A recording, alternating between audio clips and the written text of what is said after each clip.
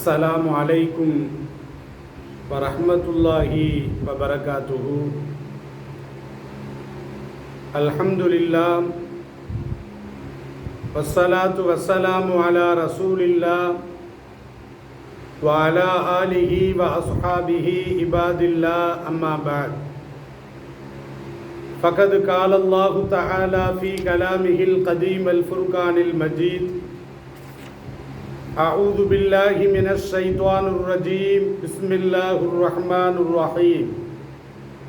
وأقيموا الصلاة وآتوا الزكاة واركعوا مع الراكعين.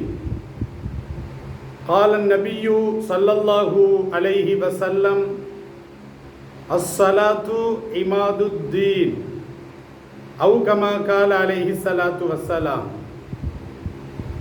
அளவற்ற அருளாளன், நிகரற்ற நிறைந்த அன்பாளன், எல்லாம் வல்ல அல்லாஹுவின் திருப்பெயரை போற்றி அகில உலகத்திற்கு அற்கொடையாக அருளப்பட்ட அண்ணல் நபிகள் நாயகம் ஸல்லல்லாஹு அலைஹி வஸல்லம் அவர்களை போற்றி எனதுரையை ஆரம்பம் செய்கின்றேன்.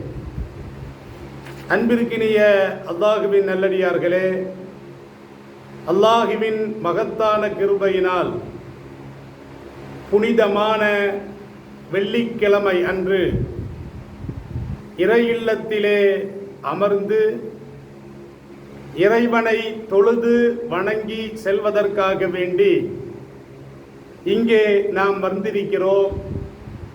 எல்லாம் வல்ல அல்லாஹ் அவனை வழிபடும் கூட்டமாக, அவனுக்கு கட்டுப்பட்டு நடக்கும் ஒரு கூட்டமாக, உயர்ந்த ஒரு கூட்டமாக, நமது தேவைகளை எல்லாம் வல்ல அல்லாஹ் நிவர்த்தி செய்திடும் ஒரு சமுதாயமாக இந்த சமுதாயத்தை அல்லாஹ் ரப்புல் ஆலமீன் ஆக்கி அருள் புரிவானாக. இந்த உலகத்திலேயே சிறந்த இடம், அல்லாஹுவிற்கு மிகவும் பிரியமான இடம், அல்லாஹுடைய தூதருக்கு மிகவும் பிரியமான இடம், அது எந்த இடம் என்று சொன்னால் அது இறை இல்லமாக இருக்கிறது. இறை இல்லம்தான் இந்த பூலோகத்தில், இந்த மண்ணில், இந்த நிலப்பரப்பில், நாம் வசிக்கும் பகுதியில் இருக்கக்கூடிய ஒரு சிறந்த ஒரு நிலப்பரப்பாக, ஒரு சிறந்த ஒரு இடமாக இருப்பதாக நபி ஸல்லல்லாஹு அலைஹி வஸல்லம் அவர்கள் தெரிவிக்கிறார்கள். அல்லாஹ்வுடைய ரஹ்மத் பொழியக்கூடியது இறை இல்லம். அந்த இறை இல்லத்தை நாம் எந்த அளவுக்கு வணக்க வழிபாடுகள் மூலமாக நாம் அந்த இறை இல்லத்தை சங்கை செய்திட வேண்டுமோ அந்த அளவுக்கு இறை இல்லத்தை நாம் சங்கை செய்திட வேண்டும். இறை இல்லத்திற்கு வந்து ஜமாத்துடன் தொழுது ஒற்றுமையை நிலைநாட்டிட வேண்டும். இறைவனை பற்றி இங்கே அதிகமாக பேசிட வேண்டும். இறைவனை தியானித்திட வேண்டும். இறை தூதரை நினைவு கூர்ந்திட வேண்டும். இறைமறையை ஓத வேண்டும். இப்படிப்பட்ட ஒரு அழகான ஒரு இடம்தான் இந்த இறை இல்லமாக இருக்கிறது. இறை இல்லம் எதற்காக வேண்டி உருவாக்கப்பட்டது, எதற்காக வேண்டி கட்டி எழுப்பப்பட்டது என்று சொன்னால், ஒவ்வொரு இறை இல்லமும் இறைவனை துதிபாடுவதற்காக, இறைவனை தொழுவதற்காக, இறைவனை தியானிப்பதற்காக, இறைவனுடைய மகத்துவத்தை போற்றுவதற்காக, இறைவனை பெருமைப்படுத்துவதற்காக வேண்டித்தான் ஒவ்வொரு இறை இல்லமும் தோற்றுவிக்கப்பட்டது. ஒவ்வொரு இறை இல்லமும் கட்டி எழுப்பப்பட்டது. அப்போ அந்த இறை இல்லத்திலே நாம் மிக மிக முக்கியமாக செய்யக்கூடிய ஒரு செயல், இங்கே வந்து தொழுகிறோம், இங்கே வந்து குர்ஆன் ஓதுகிறோம், இங்கே வந்து ஹதீஸ் படிக்கிறோம், இங்கே வந்து துஆ செய்கிறோம், இங்கே வந்து இஸ்திக்ஃபார் பாவ மன்னிப்பு வேண்டுகிறோம். அல்லாஹ்விடத்திலே மனந்திருந்தி தௌபா செய்கிறோம், அல்லாஹுவை நினைக்கிறோம், தஸ்பீஹ் செய்கிறோம். இப்படி இறை இல்லத்தில் நாம் இறைவன் சம்பந்தமாக, இஸ்லாம் சம்பந்தமாக வணக்க வழிபாடுகளிலே நாம் ஈடுபட்டு இருக்கிறோம். இந்த வணக்க வழிபாடுகளிலேயே சிறந்தது எது என்று பார்க்கின்ற பொழுது தொழுகை தான் சிறந்தது. வணக்க வழிபாடுகளில் இறைவன் கடமையாக்கிய முதலாக ஏற்படுத்தியது என்னது? தொழுகை தான். இப்போ நாம் லா இலாஹ இல்லல்லாஹ் முஹம்மது ரசூலுல்லாஹ், இறைவனை தவிர இந்த உலகத்தில் வணங்குவதற்கு எந்த கடவுளும் இல்லை, அல்லாஹுவின் தூதர் முஹம்மது நபி ஸல்லல்லாஹு அலைஹி வஸல்லம் அவர்கள் அல்லாஹுவின் திருத்தூதராக, இறுதி தூதராக இருக்கிறார் என்று நாம் என்ன செய்கிறோம்? வாயால் மொழிந்து மனதால் ஏற்றுக்கொள்கிறோம். இதுக்கு பேரு தௌஹீது. இதுக்கு பேர் என்னது? இதுக்கு பேரு தௌஹீத். தௌஹீத் என்று சொன்னால் ஒரு கடவுளை நிலைநிறுத்துவது, அதான் ஏகத்துவம். அப்ப இந்த உலகத்தில ஏகபோக கடவுள் ஒரே கடவுள், அதைத்தான் இஸ்லாம் ஏகத்துவம் என்று சொல்லுகிறது, தௌஹீத் என்று சொல்லுகிறது. அப்ப அந்த தௌஹீதுக்கு பிறகு, அந்த ஏகத்துவத்திற்கு பிறகு நாம் செய்ய வேண்டிய முதலாக நிறைவேற்ற வேண்டிய கடமை என்னது? தொழுகை தான். தொழுகை தான். லா இலாஹ இல்லல்லாஹ்னு சொல்லியாச்சினாலே மறுகணமே பாங்கு சொல்லி அழைக்கப்பட்டால் நாம எங்க வந்துடணும்? பள்ளிவாசலுக்கு வந்துடணும். அப்போ பள்ளிவாசலுக்கு தொழுவதற்காக வேண்டி வருகிறோம். ஒரு நாளைக்கு எத்தனை வக்து தொழுகை இருக்குது? 5 வக்து தொழுகை இருக்கிறது. 5 நேர தொழுகையில் இருக்கிறது. அப்ப முதலாக அதிகால தொழுகை, அதற்கு என்ன சொல்லப்படுகிறது? ஃபஜ்ர் தொழுகை என்று சொல்லப்படுகிறது. ஃபஜ்ர் என்று சொன்னால் விடியற்காலை என்று பொருள். அல்லது சுபுஹ் தொழுகை அப்படின்னா அதிகாலை. அப்போ சுபுஹ் தொழுகை என்றும் சொல்லலாம், ஃபஜ்ர் தொழுகை என்று சொல்லலாம். ஃபஜ்ர் என்று சொன்னால் விடியற்காலை, சுபுஹ் என்று சொன்னால் அதிகாலை. அப்போ விடியற்காலையில், அதிகாலையில் இறைவனை தொழுவதற்காக வேண்டி அந்த நியமிக்கப்பட்ட, கடமையாக்கப்பட்ட அந்த தொழுகையின் பெயர் என்னது? ஃபஜ்ர் தொழுகை. லுகர், லுகர்னா என்ன அப்படின்னா பகல் என்று அர்த்தம். லுகர்னா என்ன அர்த்தம்? பகல் என்று அர்த்தம். அப்ப லுகர் தொழுகை என்று சொன்னால் பகல் தொழுகை. அப்ப பகல் தொழுகை அந்த லுகர் தொழுகை என்று சொல்லப்படுகிறது. மூன்றாவது அசர். அசர்னா என்ன அர்த்தம்? மாலை என்று அர்த்தம். அசர்னா என்ன அர்த்தம்? மாலை. அப்ப மாலை நேர தொழுகையில் நாம் ஈடுபடுவதற்கு அசர் தொழுகை என்று சொல்லப்படுகிறது. பகல் நேர தொழுகையில் நாம் ஈடுபடுவதற்கு லுகர் தொழுகை என்று சொல்லப்படுகிறது. மக்ரிப், மக்ரிப் என்று சொன்னால் என்ன? சூரியன் மறையும் நேரம். மக்ரிப் என்ன அர்த்தம்? சூரியன் மறையும் நேரம். அப்ப சூரியன் மறையும் நேரத்தில் நாம் அந்த தொழுகையை தொழுவதற்கு மக்ரிப் தொழுகை என்று சொல்லப்படுகிறது. இசா என்று சொன்னால் இரவு என்று அர்த்தம். அசா என்று சொன்னால் இரவு உணவு என்று அர்த்தம். இசா அப்படின்னா இரவு, அசா என்று சொன்னால் அப்ப இரவு உணவு. அப்ப இரவு நேரத்தில் நாம் தொழுகின்ற அந்த தொழுகைக்கு இசா தொழுகை. இதுதான். அப்போ ஒரு நாளைக்கு 5 நேர தொழுகைகள். ஃபஜ்ருக்கு எத்தனை ரக்காத்து? ரக்காத். ஃபஜ்ருக்கு 2 ரக்காத். ஃபஜ்ருக்கு 2 ரக்காத். அப்ப பகல் நேர தொழுகை, லுகர் நேர தொழுகை எத்தனை ரக்காத்து? 4 ரக்காத்து. சரி, 4 2 6. மாலை நேர தொழுகை, அசர் நேர தொழுகை எத்தனை ரக்காத்து? 4. எத்தனை ஆச்சு? 10 ஆச்சு. மக்ரிப் நேர தொழுகை எத்தனை? 3. எவ்வளவு ஆச்சு? 13 ஆச்சு. அப்ப இஷா நேர தொழுகை 4 ரக்காத்து எத்தனை ஆச்சு? 17. இந்த கடமையான ஐங்கால தொழுகைகள், இந்த ஐங்கால தொழுகைகளுக்கு ஒரு நாளைக்கு எத்தனை ரக்காத் தொழுகிறோம்? 17 ரக்காத் தொழுகிறோம். முன் சுன்னத்து இருக்குது, பின் சுன்னத்து இருக்குது, அதை நாம சேர்க்கல. வித்ரு வாஜிப் இருக்குது, அதை நாம சேர்க்கல. நஃபில் இருக்குது, அதை நம்ம சேர்க்கல. அப்போ ஒரு நாளைக்கு இறைவன் நமக்கு ஐவேளை தொழுகைகளை கடமையாக்கி இருக்கிறான். அப்ப ஐவேளை தொழுகைகள்ல எத்தனை ரக்காத்துகள் இருக்குது?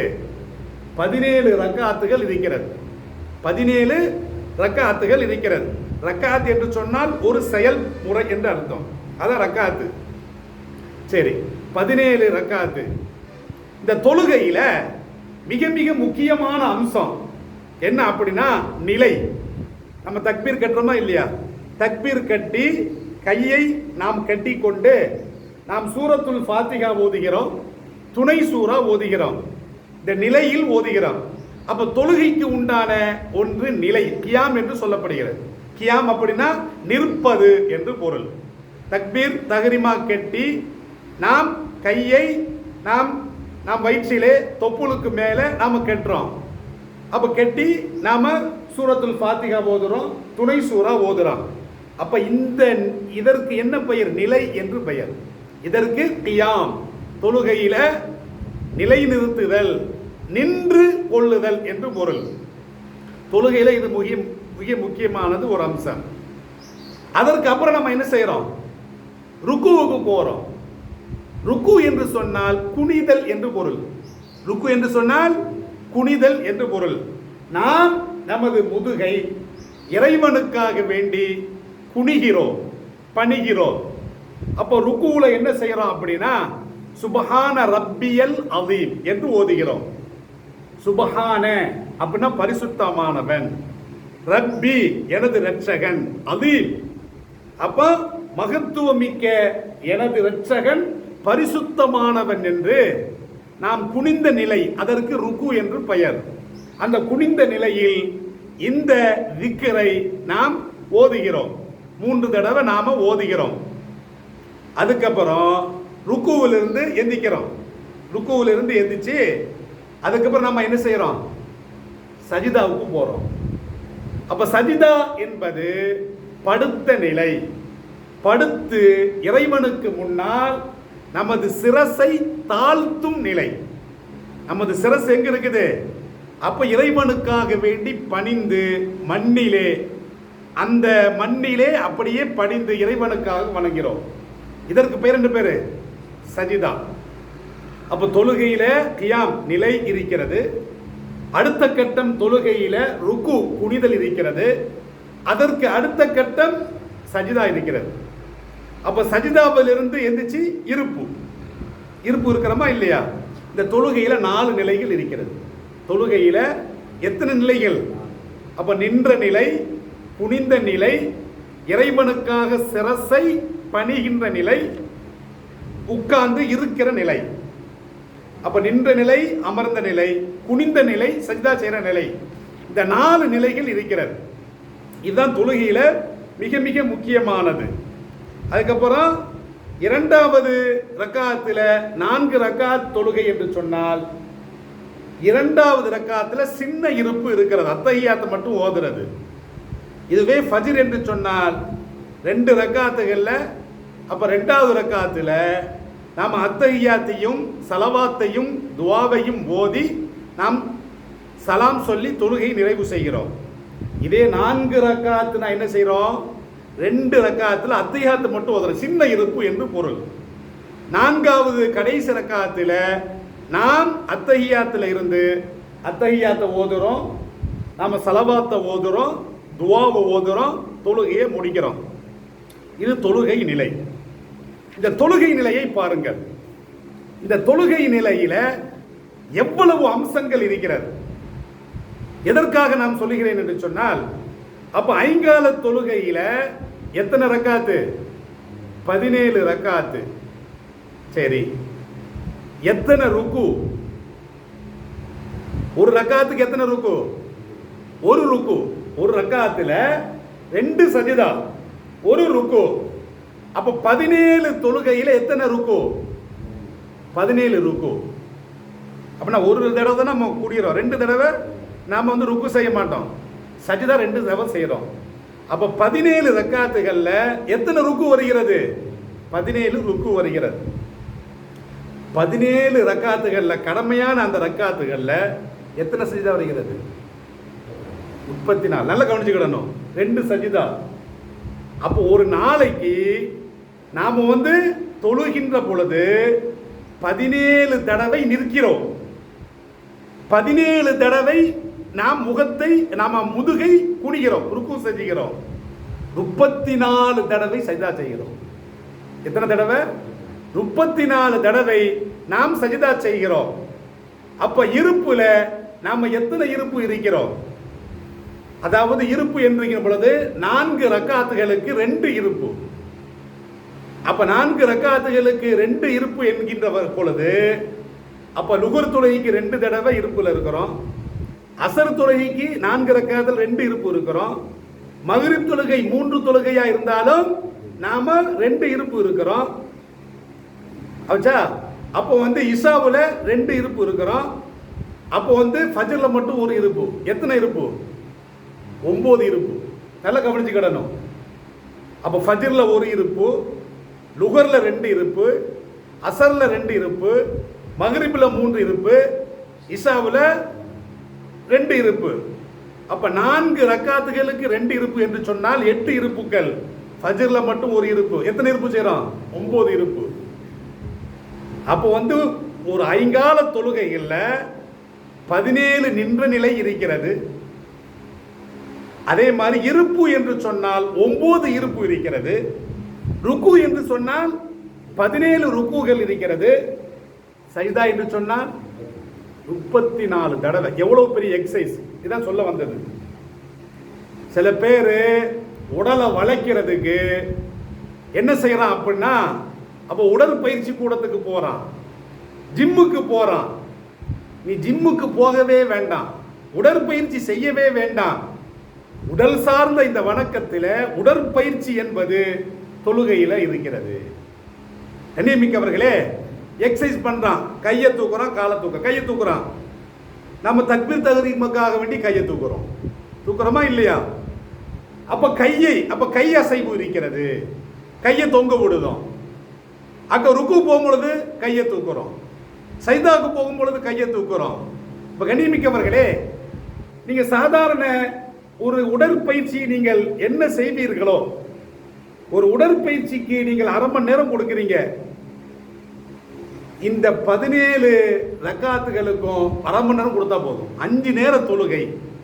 இந்த 17 ரக்காத்துகள், 17 ருக்குகள், 34 சஜிதாக்கள், 9 இருப்புக்கள், இதற்கு எவ்வளவு கொடுத்தா போதும்? அரை மணி நேரம் கொடுத்தா போதும்.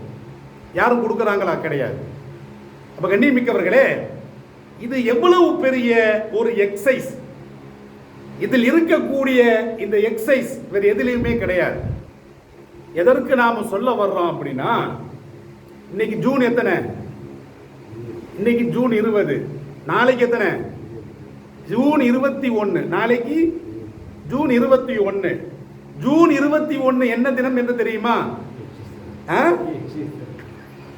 ஜூன் 21 என்பது சர்வதேச யோகா தினம். நாளைக்கு ஜூன் 21 சர்வதேச யோகா தினம். இது 11வது யோகா தினம். அப்போ உலகம் முழுவதும் யோகா செய்யுங்க, யோகா செய்யுங்க. யோகாவிற்கும் இஸ்லாத்திற்கு சம்பந்தம் இருக்கா? கிடையவே கிடையாது. கண்ணியமிக்கவர்களே, யோகாவிற்கும் இஸ்லாத்திற்கும் சம்பந்தம் கிடையாது. ஏன் சம்பந்தம் கிடையாது அப்படின்னா, யோகாவை பற்றி சொல்லுகின்ற பொழுது யோகா என்பது சிவபெருமானினுடைய இருப்பு. அப்ப யோகாவின் கடவுள் சிவபெருமான் என்று சொல்லப்படுகிறது. அப்ப அதற்கு இஸ்லாத்துக்கு சம்பந்தம் கிடையாது. யோகாவின் தலைவர் பதஞ்சலி என்று சொல்லப்படுகிறது. யோகாவின் கடவுள் சிவபெருமான் என்று சொன்னால், யோகாவின் தந்தை யார் என்று பார்க்கின்ற பொழுது பதஞ்சலி. அப்ப பதஞ்சலிக்கும் இஸ்லாத்திற்கும் சம்பந்தம் இருக்குதா? அப்ப சிவனுக்கும் இஸ்லாத்திற்கும் சம்பந்தம் இருக்குதா? கிடையவே கிடையாது. அப்ப இந்த அமைப்பில் வரக்கூடிய இந்த யோகாவிற்கும் இஸ்லாத்திற்கும் சம்பந்தம் கிடையவே கிடையாது. இன்னொன்னு, யோகாவினுடைய டைம் தெரியுமா? யோகாவினுடைய அந்த டைம் காலையிலும் மாலையிலும் செய்யப்படுகிறது. காலையில எப்போ செய்யப்படுகிறது என்று சொன்னால், சூரியன் உதயமாகின்ற நேரத்தில் செய்யப்படுகிறது. மாலையில் சூரியன் மறைகின்ற நேரத்தில் செய்யப்படுகிறது. இந்த சூரியன் உதயமாகின்ற நேரத்தில் செய்யக்கூடிய அந்த அதற்கு பெயரு சூரிய நமஸ்காரம் என்று பொருள். யோகாவில் சூரிய நமஸ்காரம் இருக்கிறது. அப்ப சூரியனை வணங்கலாமா இஸ்லாத்தில்? சூரியன், சந்திரன், நட்சத்திரங்கள், கடல்கள், மலைகள் எல்லாமே இறைவனை வணங்கிறது. அல்லாஹ் குர்ஆன்ல சொல்றான், ஒமின் நாயாத்திஹில் லைலு வன்னஹாரு வஷ்ஷம்சு வல் கமரு அப்படின்னு அல்லாஹ் அடிக்கிட்டே சொல்றான். அப்ப இந்த உலகத்தில் படைக்கப்பட்ட சூரியனாக இருக்கட்டும், சந்திரனாக இருக்கட்டும், நட்சத்திரங்களாக இருக்கட்டும், கிரகங்களாக இருக்கட்டும், கடல்களாக இருக்கட்டும், மலைகளாக இருக்கட்டும், எல்லாமே யாரை வணங்குகிறது? பறவைகளாக இருக்கட்டும், எல்லாமே இறைவனை வணங்குகிறது. அப்ப இறைவனைத்தான் வணங்க வேண்டுமே தவிர இறைவனால் படைக்கப்பட்ட சூரியனை இஸ்லாமியன் வணங்க முடியுமா? வணங்கினா யாரு? அவனுக்கு இஸ்லாத்துக்கு சம்பந்தம் கிடையாது. அப்ப சூரிய நமஸ்காரம் என்பது இஸ்லாத்தில் கூடாது, இணை வைப்பு. அப்ப அந்த சூரிய நமஸ்காரம், அப்ப இதனுடைய டைம் என்பது எப்போ? சூரியன் உதயமாகின்ற பொழுது, சூரியன் மறைகின்ற பொழுது. அப்ப சூரிய நமஸ்காரத்திற்கும் இஸ்லாத்திற்கும் சம்பந்தம் இருக்கா? கிடையாது. அப்ப என்ன தெரியுது? யோகாவிற்கும் இஸ்லாத்திற்கும் சம்பந்தம் இல்லை என்று நிரூபணம் ஆகிறது. மூன்றாவது விஷயம் என்ன சொல்லப்படுகிறது என்று சொன்னால், யோகாவின் மூலமாக உடல் வளைகிறது, உடலுக்கு எக்ஸசைஸ். யோகாவின் மூலமாக அப்ப உடற்பயிற்சி, அப்ப உடலுக்கு புத்துணர்ச்சி, அப்ப உடல் பகுதிகள் அப்படியே வளைக்கப்படுகிறது. தொழுகையில் இருக்குது. தொழுகையில் நின்ற நிலை, வளைந்த நிலை, எழுந்த நிலை, படுத்த நிலை, அப்ப யோகாவை விட அதிகமாக தொழுகையில் இருக்கிறது உடற்பயிற்சி. அப்ப யோகாவிற்கு சொல்லக்கூடிய காரணம் அது உடலுக்கு வலு சேர்க்கிறது. அதை விட தொழுகை பெரிய யோகா. தொழுகை என்பது அதை விட சிறந்த ஒரு யோகா. அதைத்தான் செய்ய வேண்டும். இரண்டாவது, யோகாவின் மூலமாக என்ன செய்யப்படுகிறது என்று சொன்னால், அப்ப மனசு ஒருநிலைப்படுகிறது. அப்ப மனசு ஒருநிலைப்படுகிறது. தொழுகையில் அப்படித்தான். தொழுகையில தக்பீர் கட்டி நாம என்ன நினைக்கிறோம்? தொழுகையில அல்லாஹ்வை நினைக்கிறோம். எங்கே பார்க்கிறோம்? தொழுகையில மேல பார்க்க கூடாது, கீழே எந்த இடத்தில் அல்லாஹ்வை சஜிதா செய்கிறோமோ அந்த இடத்தை நாம் முகத்தினுடைய பார்வையை நோக்குகிறோம். ஒருமுக பார்வை, ஒருமுக நிலை. அப்ப மனசை ஒருமுகப்படுத்துவது எதில் இருக்குது? தொழுகையில் இருக்கிறது. அதான் சொன்னேன், தொழுகையில 17 நிலைகள் இருக்கிறது. அந்த 17 நிலைகளிலும் நாம் எங்கே பார்க்க வேண்டும்? சஜிதா செய்யக்கூடிய அந்த இடத்தை பார்க்க வேண்டும். அப்ப மனசை ஒருமுகப்படுத்துறது. அப்ப ஒவ்வொரு தொழுகையிலும், ஒவ்வொரு ரக்காத்திலும் எதில் இருக்கிறது? தொழுகையில் இருக்கிறது. அப்ப யோகாவை விட நமது மனசை கட்டுப்படுத்துவது, ஒருமுகப்படுத்துவது எதிலே அதிகமாக இருக்கிறது? தொழுகையில் இருக்கிறது. மூன்றாவது என்ன சொல்லப்படுகிறது என்று சொன்னால், யோகாவின் மூலமாக அப்போ அந்த மனசு, அப்போ அந்த உடல், மனசு. மூன்றாவது அறிவுக்கு புத்துணர்ச்சி தருகிறது, ஆன்மாவுக்கு புத்துணர்ச்சி தருகிறது. அப்போ தொழுகையில நமது ஆன்மா என்பது எதை தெரிகிறது? இறைவனை தெரிகிறது. தொழுகையில ஏதாவது சிந்திக்கலாமா?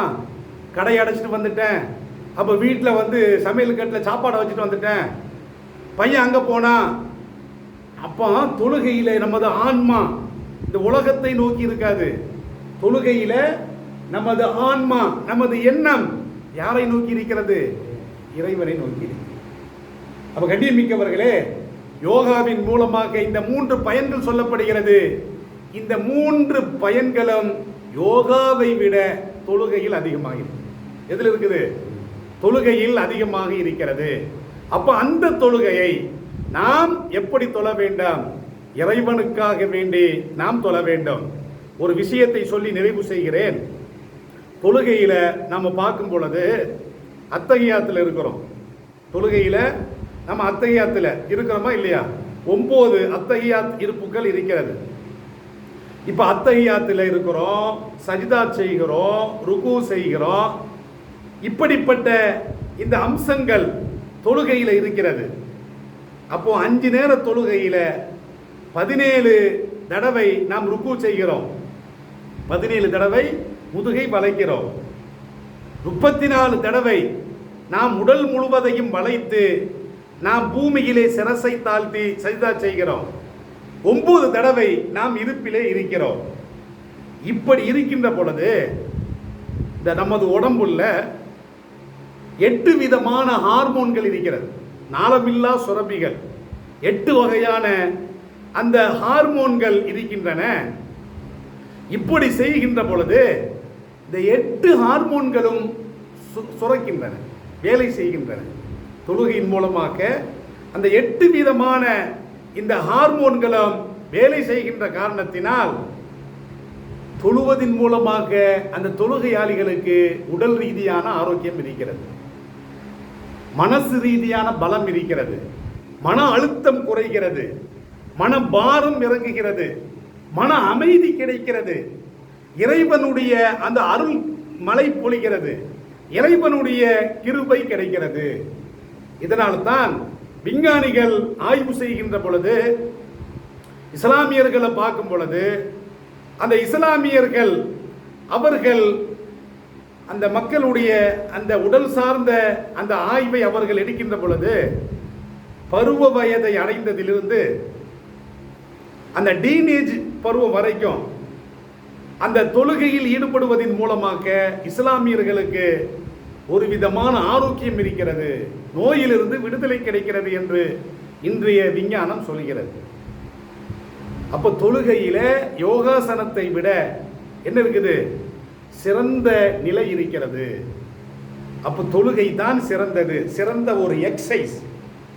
அப்போ நோய் இல்லாத ஒரு தன்மையை இந்த உடல் எதிர்கொள்ள வேண்டும் என்று சொன்னால் எல்லா அம்சங்களும் தொழுகையிலே இருக்கிறது. எனவே இன்ஷா அல்லாஹ் யோகாவில் எந்த இஸ்லாமியரும் ஈடுபடக்கூடாது.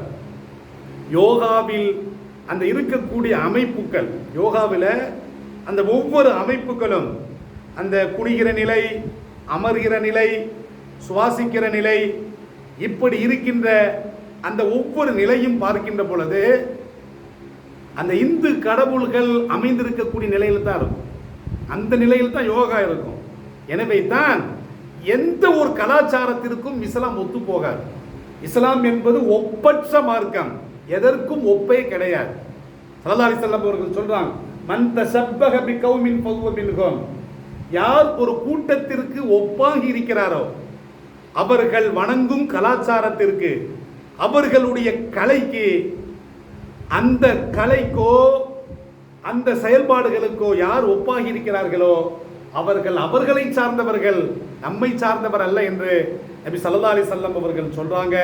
ஆகவே கண்ணியமிக்கவர்களே, யோகாவை விட சிறந்த ஒரு யோகா, அப்போ உடலுக்கு புத்துணர்ச்சி தரக்கூடியது, ஆன்மாவுக்கு புத்துணர்ச்சி தரக்கூடியது, சுவாசத்திற்கு புத்துணர்ச்சி தரக்கூடியது, அப்போ அறிவுக்கு புத்துணர்ச்சி தரக்கூடியது, அப்போ உயிருக்கு ஆன்மாவுக்கு புத்துணர்ச்சி தரக்கூடியது எல்லாமே தொழுகையில் இருக்கிறது. அந்த தொழுகையை 5 தொழுகைகளை பேணுதலாக தொழுதால் நோயின்றி வாழலாம், உடல் ஆரோக்கியமாக வாழலாம், புத்துணர்ச்சியோடு வாழலாம். அப்ப இறைவனுடைய நினைப்பில் வாழலாம், இறைவனுடைய கிருபை நமக்கு கிடைக்கும். எனவே அப்படிப்பட்ட அந்த தொழுகைகளை இஸ்லாமிய ஆண்களும் பெண்களும் எங்கிருந்த போதிலும் இறைவனுக்காக வேண்டி கடமையான அந்த 5 தொழுகைகளை தொழுது இந்த உலகத்தில் உடல் ஆரோக்கியம் உள்ளவர்களாக, நமது ஆன்மா இறைவனோடு தொடர்புடையதாக, நமது சிந்தனை இறைவனை நினைக்கக்கூடியதாக, நமது சலவாத்து, நமது தஸ்பீகள், நமது ஒவ்வொரு மூச்சும் இறைவனாக அல்லாஹ்வாக இருப்பதற்கு தொழுகை ஒரு சிறந்த ஒரு முன்மாதிரியாக இருக்கிறது, ஒரு சிறந்த வணக்கமாக இருக்கிறது. அப்படிப்பட்ட வணக்கத்தில் ஈடுபடுவதற்கு எல்லாம் வல்ல இறைவன் தௌஃபீக் செய்வானாக. வாஹிர் தஅவானா அனில் ஹம்துலில்லாஹி ரப்பில் ஆலமீன். அஸ்ஸலாமு அலைக்கும் வரஹ்மத்துல்லாஹி வபரகாத்துஹு.